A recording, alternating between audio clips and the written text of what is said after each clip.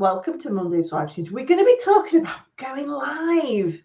And we're live, which I think is quite funny, isn't it, Sarah? We're talking about going live, and we are live. We're going to be sharing lots of tips on going live on social media or going live on any sort of channel that you might use. But also we're going to be talking about the challenges, because it can be really, really challenging for people going live, and actually can be really quite scary. So Sarah's going to tell her story about how the first time she ever went live, or avoided it mainly until she went live, but now she's a bit of a pro. She goes live all the time on her social media. So if you are watching, please do join the chat, introduce yourselves, say hello so that we do know that you're watching. Tell us what business you're in.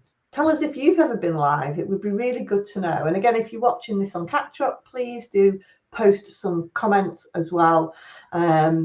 We will answer them. We will answer them and catch up as well. So even if you're not watching this live, please do join the chat, because we will respond.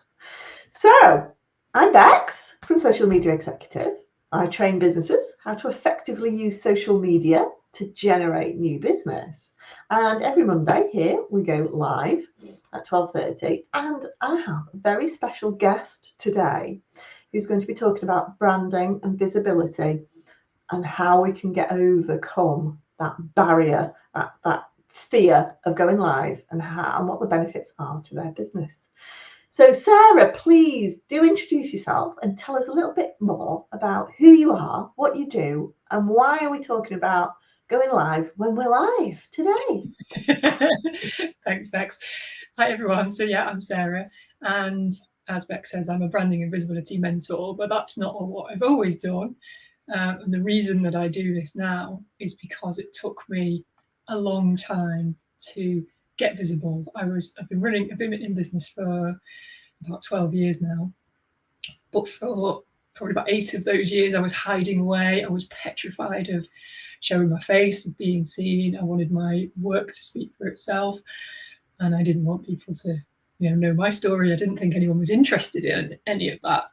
And it was only when I started to actually realise that people did need to see the person behind the business that things started to actually happen for me.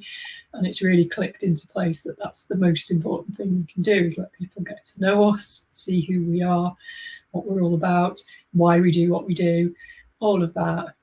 And so the reason we're talking about lives is because actually there's such a powerful way and such a kind of efficient and quick way of letting people see us. If you think about the ideal way to nurture somebody, to build a relationship with somebody, is probably face-to-face, isn't it? Yeah. But going live is one of the closest things that you can do to that. If we're in the online space, there's only so many people we can meet face-to-face. But when we go live, we are being ourselves, and just talking normally, so people can get so much more information about who we are, what we're like. I feel like they know us so much more quickly. And I think that's really important, isn't it? Because I know when a lot of businesses I work with, and we look at their social media, and you're absolutely right, there's no personality behind it. There's just the sort of information, the services they provide, what they want to sell, but there's no information about the people behind the business. And actually, when it comes to social media, it's all about being social. You can't be social with a branded business logo.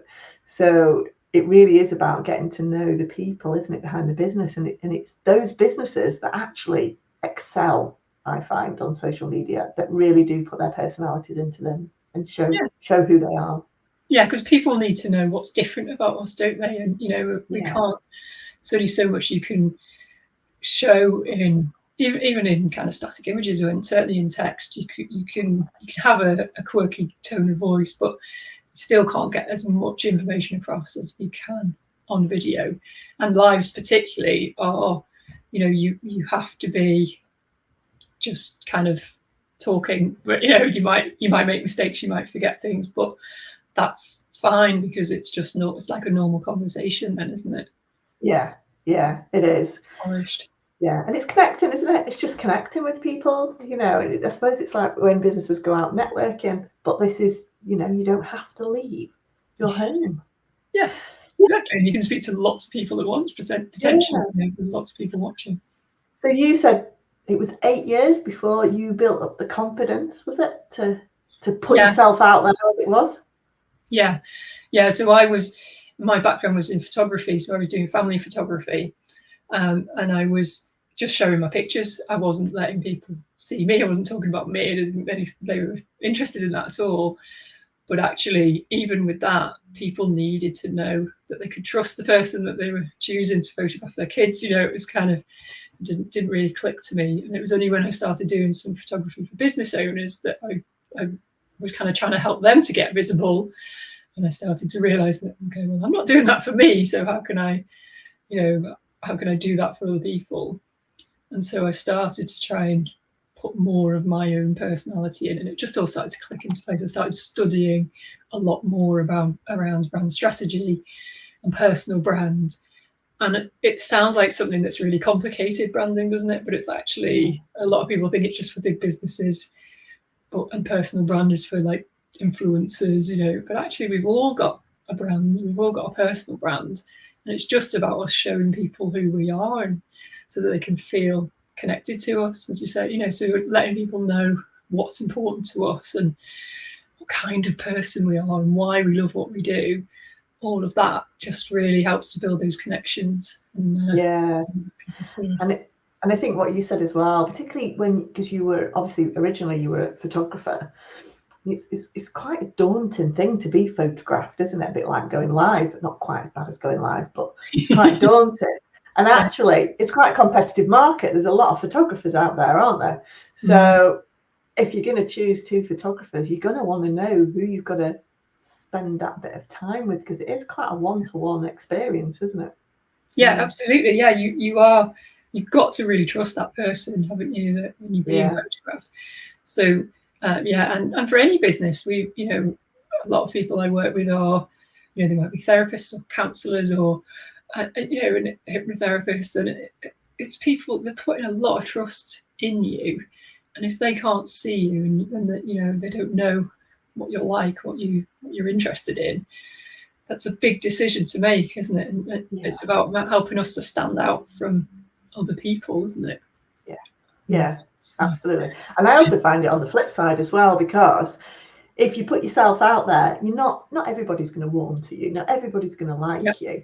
But actually, if you put yourself out there, you're immediately weeding out the people you're never going to work with anyway, rather than them maybe contacting you and wasting your time, and you're never going to work together anyway. So I talk about that a lot, actually. I did a post about it the other day, because it does mean that we can end up working with people that we really enjoy working with, rather than I think we've probably all had experiences of working with people that didn't really fit with us, and it's been uncomfortable, and it's been okay, but we would have rather not been in that situation. But actually, the more we are ourselves, and the more we let people see what we really like, as you say, the more we attract the right people, but we also repel the ones that aren't right for us.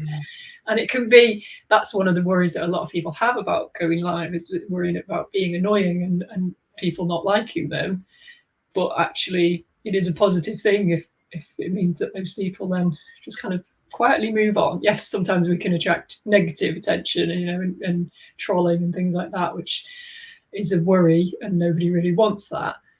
But often it's just that the wrong people just move to someone else. If they find us annoying, they don't have to watch us. That's fine. But some people will absolutely love everything. They'll hang on our every word, and those are the people that we need to give that opportunity, don't we? Because otherwise we're just being a bit too bland, and nobody really gets to know who we are. I think that's one of the big fears, isn't it? Being trolled. And I mean, I've been gone live every week, probably now for about 2.5 years. Not once have I ever been trolled. No, I haven't either. Yeah. So I think I haven't made it yet, because I haven't been trolled. No, exactly. Please do Maybe follow we're us. just so nice. But we need more followers. We want to get trolled. But the first time I was trolled on LinkedIn, it was hilarious. I absolutely celebrated it, because I was like, finally, I've been trolled on LinkedIn. People are seeing me. People, and I think you just celebrate these moments. But very rare. It is very rare you do get. That's it. And I know some people have obviously had quite unpleasant experiences, but generally they're just things that you can laugh at and move on from. You know, people that it's a bit sad, isn't it, if you're going to be commenting negatively on somebody's post and you just think, okay, just, you know. Yeah, and Paul's just commented, because he's always commenting on my videos, which I really appreciate, Paul. But some of them are quite funny. I have to pretend I don't understand what he means. Yeah.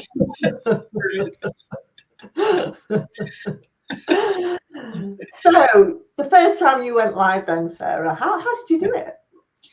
So the first time I went live was actually in a closed Facebook group as part of a course that I was doing.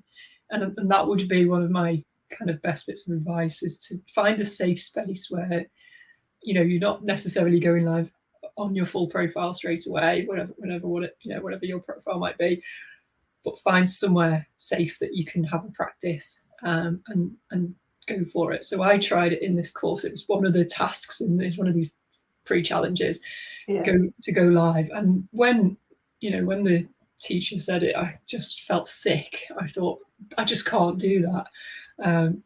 But you get to a point, there's lots of other people doing it, and you think, oh well, maybe I can. You know, what have I got to lose? But I was, you know, sweaty palms, really shaking, so anxious doing it. But I did it, and it was okay. It was a little bit, I think my internet went a bit dodgy partway through, so I was moving around the house at the same time. Like, uncomfortable, but it was okay. You know, I did it, and you don't have to, even when you've done your live, if it hasn't gone well, you don't even have to actually post it. So although, you know, if anyone was actually watching live, then they will have seen it, but that might be only a couple of people, if any. and then you can delete it if you want to at that point. But, you know, so it's not like some people worry that it's going to be just suddenly there for the whole world to see. And that would actually be quite nice if we were that visible that people, you know, hundreds of thousands of people saw us straight away. But the reality is you might get the odd person watching. And if it's in a safe space like that, then even if it's not great, you can just post it. Because practice, as with all of these things, practice makes perfect, doesn't it? You wouldn't expect to suddenly be able to drive a car the first time you get in there. So your first live isn't going to be perfect, but that's okay. And one of the other tips is that it doesn't need to be perfect, because as I said before, you are live. So, and I actually prefer doing lives to recorded videos, because if I make, you know, you've just got to keep going, haven't you? Yeah, you make mistakes. And I'm the same. If I do a pre-recorded video, so, you know, we aim for about 15-20 minutes for this live stream. If I do a pre-recorded video of that length, it'd probably take me 3 hours to do, because I overthink it and want it to be perfect, keep re-recording it. Whereas when you're live, it's warts and all, isn't it? If things go wrong, oh dear, people are a bit more forgiving these days, aren't they? And like you say, really important, you can always delete it. Yeah, and as you say, people are forgiving, and actually people don't want perfect. There's a study that I talk about quite a lot, and I can't tell you who it was, but it was one of these psychology things, and they showed people a video of like a newsreader or somebody reading the news, and they showed one group an edited version where it was just perfect, and then they showed another group a bit at the end where he spilled his drink on himself, and they tested who kind of liked the likability of this bloke, and the people that saw him spilling his drink liked him loads more than the people who just saw the perfect like recorded. So it just shows, actually, people want to be want us to be relatable. They want to feel like they're similar to us, or we're similar to them. So it doesn't matter if we're not word perfect. It doesn't matter if we've not got like immaculate makeup and immaculate hair. And, you know, some people do lives out walking the dog, don't they? You can do it in different ways that are going to suit you. I still quite often, I tend to prefer to be in my office, just because it's a little bit more controlled. I've got like the kids barging in and stuff. Well, not very often, anyway. But you can control the lighting and stuff like that. But I will do sometimes do them in the garden or out and about, and it's whatever works for you, really, isn't it?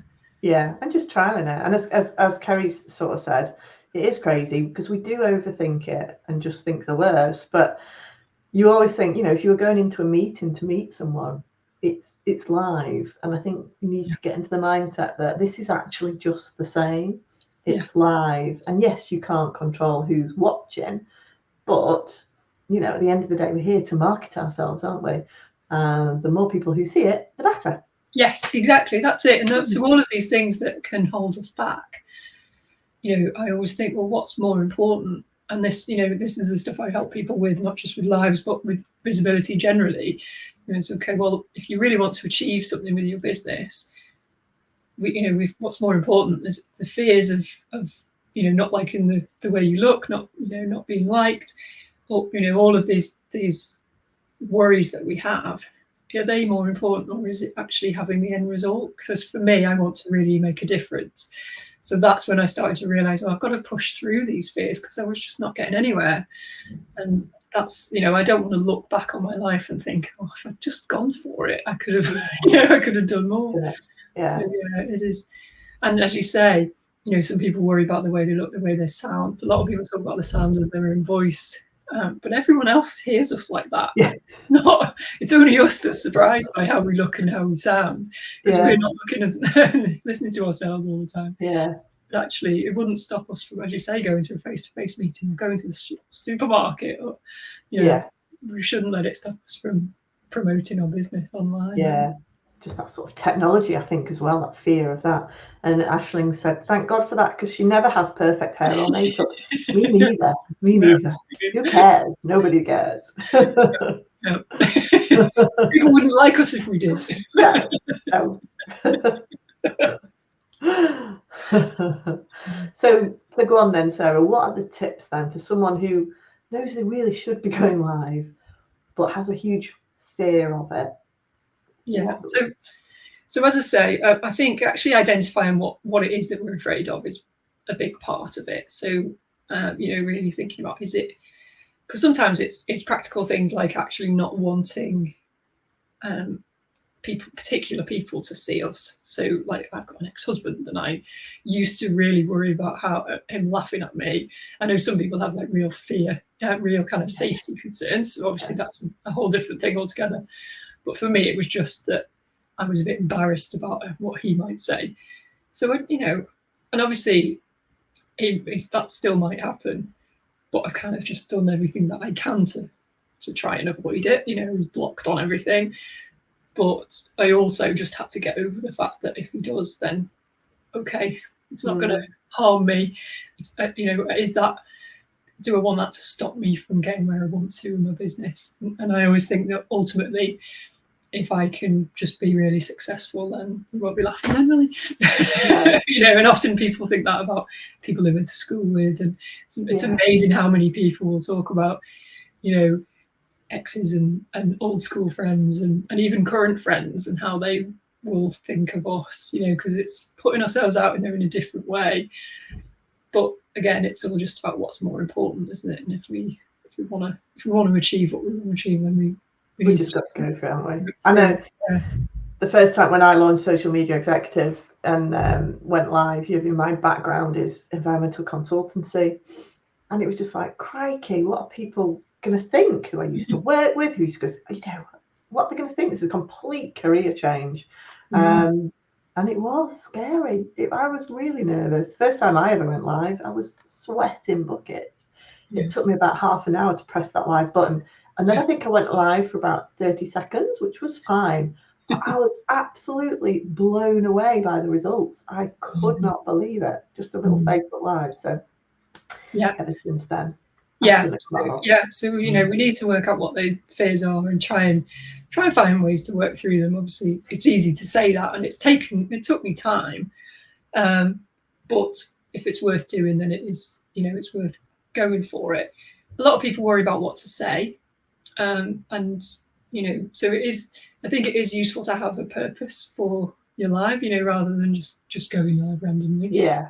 But that can be, you know, your first one can be an introduction to who you are. It sounds like that's what yours was when you did your, you know, you launched a new business, whatever.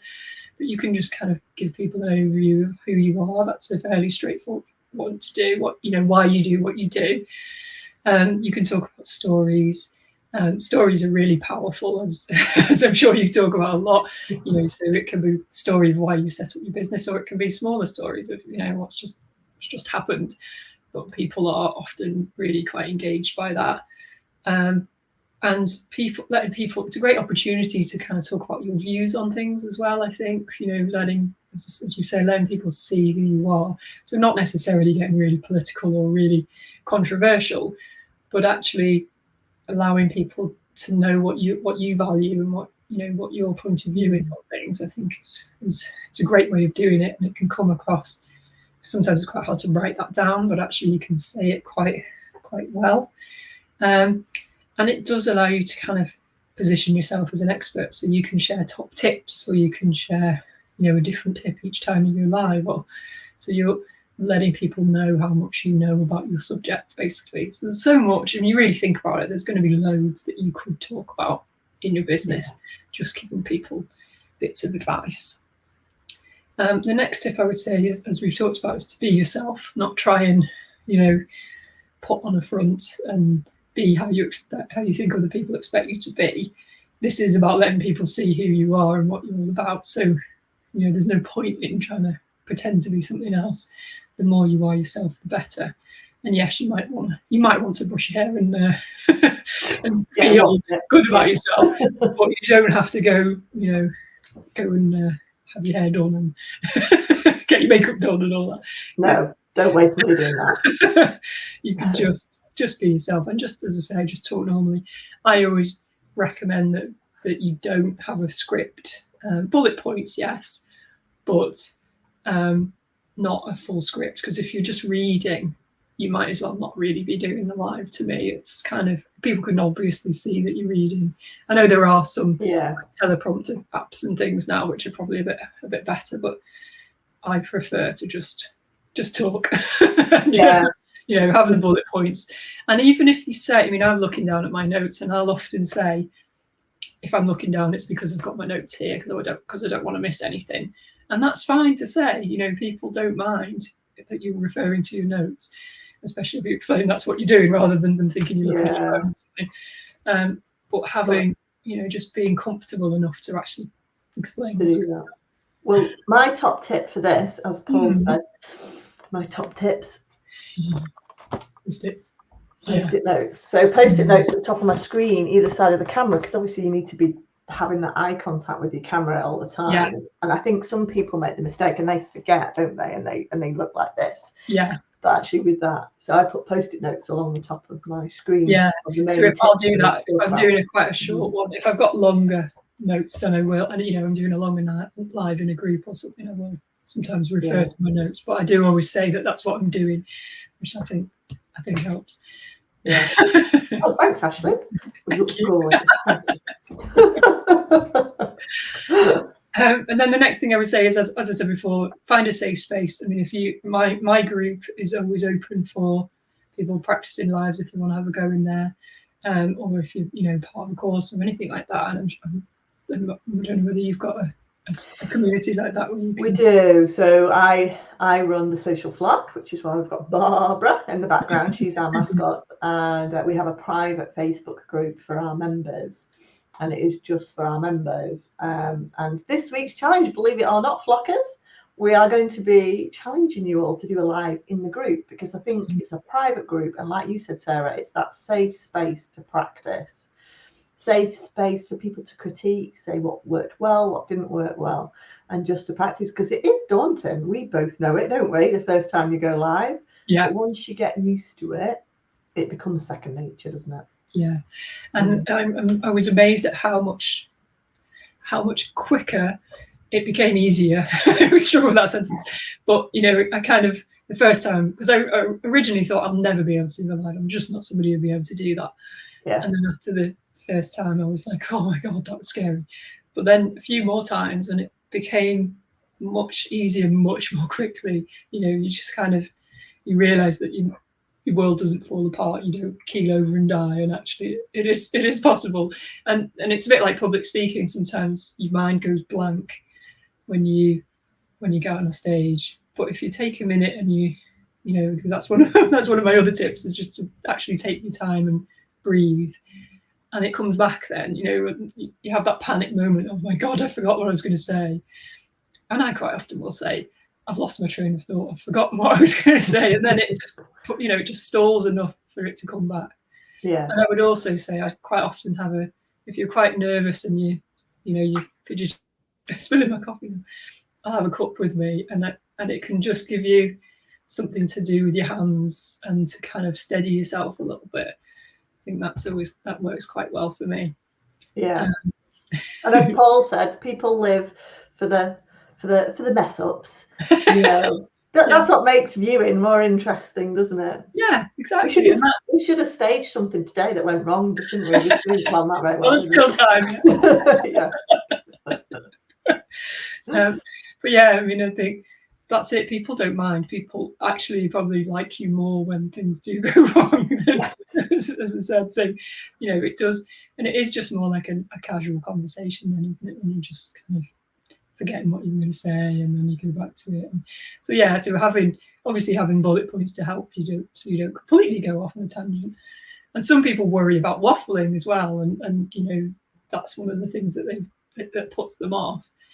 And obviously you've got to get balance, but I don't think people mind a little bit of waffle or a little bit of going off on a tangent, or it's because even I know some people find it difficult because it is one way, unless you do have people commenting and you can talk to them.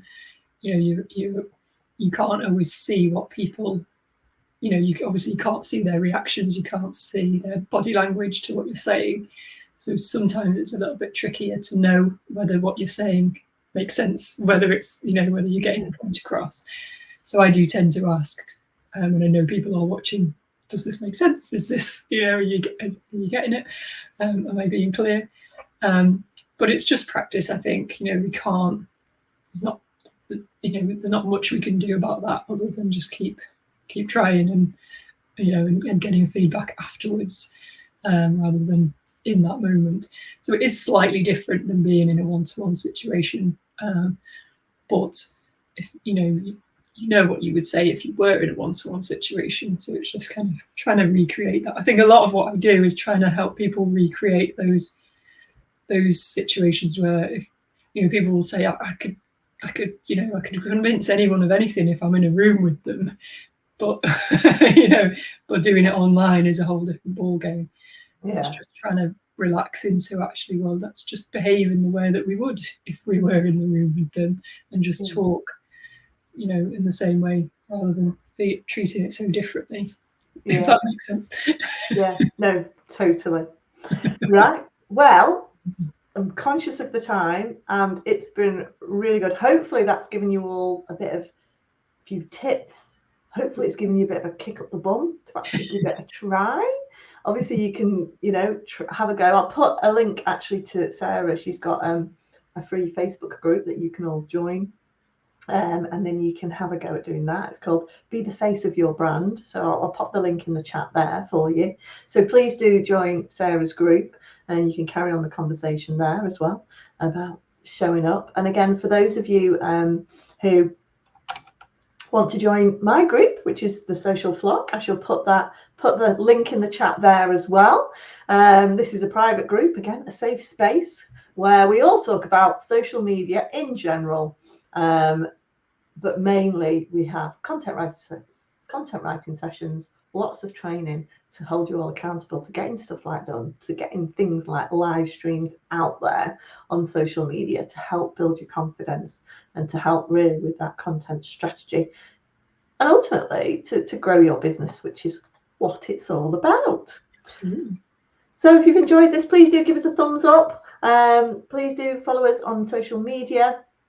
And thanks for watching. I will be back again in a couple of weeks. I've got a couple of weeks off. It's bank holiday, then I'm off for the next week. But I'll be back in a couple of weeks with lots more social media tips and advice.